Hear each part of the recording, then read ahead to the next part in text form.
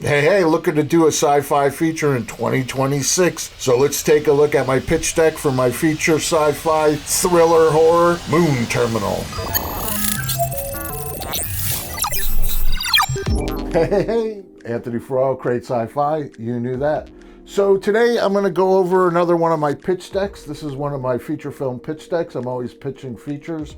When I do the channel and I do the short films, that's to sort of keep the engine running, to get better, to experiment. But the features I can't do on my own, right? So you're always pitching them. So Moon Terminal is a sci-fi horror thriller, which was I was really excited about. So a little backstory. During the pandemic, I wrote a short film called Moon Terminal. And it was a pretty tight short film. And that was right before the pandemic. And then when the pandemic happened, you know, everybody was sitting around, right? All of a sudden we discovered Zoom calls for things besides work. And we put together a reading. And it was an exciting reading of the short film because it had my friend Felix Solis, a very talented actor, best known probably these days for Ozark, Omar Navarro. And then through him, we had David Zayas, who is probably best known as Batista from the Dexter series. So it was a really exciting time. So we did the short film reading, and then after that, it went so well that, you know, we talked about doing it as a feature. By the time I wrote it as a feature, those guys were back to work, and, you know, that train had sort of left the station, but it was very inspiring, right? And action begets action. So I went ahead and wrote the feature film for Moon Terminal. So now this is something I'm regularly pitching. So let's take a look at the pitch deck for Moon Terminal. The logline: retired military captain and a deranged doctor are all that's left of an experimental crew sent to the moon to save humanity. Both men are on the brink of a breakthrough or a breakdown. Right? There's our drama, there's our thriller. So the synopsis: a derelict terminal stands isolated on the moon's surface.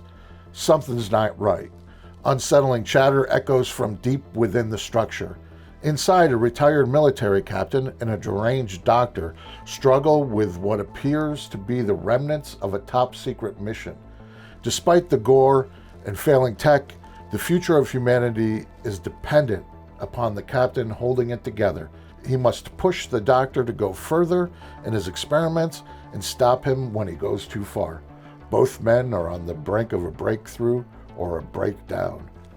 I was really happy about that line, apparently, the breakthrough or the breakdown. That was a catchy one. So then, like I said, at the time, we had David Zayas and Felix attached. You know, these things are fluid. That passed. But when you work with people like this, it gets me excited. So it motivated me to finish it. So the good thing that came out of that session was I actually wrote the feature. All right, so let's take a look at the synopsis. A terminal stands isolated on the moon's surface. It's a heavily battered, lifeless hexagon dome. Murmurs of pain and laughter echo from deep within the structure. The control room is dark and only lit from the green haze of computer screens. Captain Frank sits at a dusky, antiquated console, holding a steaming cup of coffee. In his hands is a fist-sized metallic cube he spins meditatively. He works on some tech at the control panel that is well past its expiration date. He resets a 90-day countdown timer that has reached 0. He examines some crumpled notes and speaks into a recording device. All the while, grotesque groans are heard echoing through the terminal. Despite the eerie tone of the terminal, Captain Frank seems more calm than aloof. He abandons the control panel and begins to suit up in some well-worn military tactical gear. He checks his weapon with a deft hand and heads down the hall toward the grotesque groans. Captain Frank approaches the terminal's medical bay. Inside, Dr. Alvaro is busy eviscerating a man on the table who is also conscious and seems to be somewhat amused and holding up his innards. Dr. Alvaro is working in an altered state, speaking in an excited, exaggerated Tourette's tone, menacing, terrifying. He lunges toward Captain Frank, but is restrained by an electric collar that Captain Frank controls. Despite the gore and failing tech, it becomes clear these men are all working together as some sort of dysfunctional team. The young Private Kai on the table, despite being awake during his evisceration, is excited about the progress they are making. It becomes obvious between the doctor and the private that there are some intense drugs involved with the experiments they are conducting. While Captain Frank and Dr. Alvaro test each other's resolve, Private Kai expires on the table. Furious, Captain Frank electroshocks Dr. Alvaro to the floor and comforts the private in his last moments. Captain Frank exits, reminding the doctor he has 30 minutes left in his cycle. The doctor methodically places Private Key's body into a silver bag and hooks it to a machine that begins to vacuum seal him. In a small room, Captain Frank carefully prepares a military device. The device beeps and makes coffee. A very different Alvaro joins him, calm, hair combed and clean and scrubs. Exhausted, he sits. Dr. Alvaro gives him handwritten notes.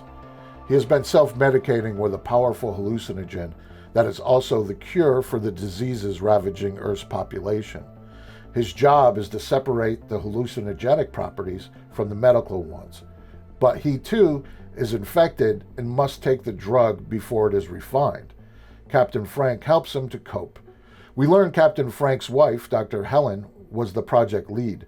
She dies because she would not take the untested injections. Captain Frank convinces Dr. Alvaro to carry on as they drink coffee. They retrieve helpful notes in the form of voice recordings from the cube Captain Frank carries. It turns out the cube is an urn that is also a viral diary of Dr. Helen's life and works. Captain Frank walks Dr. Alvaro to the medical bay. Private Key's body has been vacuumed into a cube. Captain Frank injects Dr. Alvaro and the menace returns. Captain Frank leaves him to his work, and we see there are several more cubes. He activates them all and waits for any information to sync. Meanwhile, Captain Frank returns to the console. It's revealed Dr. Alvaro's notes are just scribbling. Further, he has not been sending the recorded reports. The tech has not functioned for a very long time, and he is not sure there is anyone on Earth alive to receive them. In rage, he screams, "None of this work matters." During his outburst, he inadvertently triggers a voice recording from the cube. His wife's voice startles him. Dr. Helen says, and then we'll leave the third act to the imagination. So now, as always, I put together a style guide for these pitches. For this, it's 100% 1979 aliens and 70s sci-fi movies. Now, if you're thinking I've heard that before, it's because, yes, that's what I always say, because that's what I'm working on. Maybe 10 years from now, I'll try something different, but I have admired this style. I personally react to this style, and I'm trying to get better at that style. It's always important for me to come up with some sort of rough plan of how we're going to do this for no money, because even if we get money, it won't be enough money. Side note, my short film Wakener was actually also a proof of concept for the production of Moon Terminal, right? So everything that I did on the short film Wakener would be expanded to do the feature film of Moon Terminal. So the sets are all on one stage, minimal gear and crew. I make all the set pieces, as you know. I'll do VFX myself, depending on the budget. And always a minimal crew. I just prefer that. Just the sound, the DP, whoever needs to assist them. And I typically just shoot 3-to-1. That means 3 takes for every scene that you're filming, just to keep the party going. Now, this concept art is wonderful because this is pre-AI Mid-Journey. This is when I used to work with a guy, David, who would do some art for me.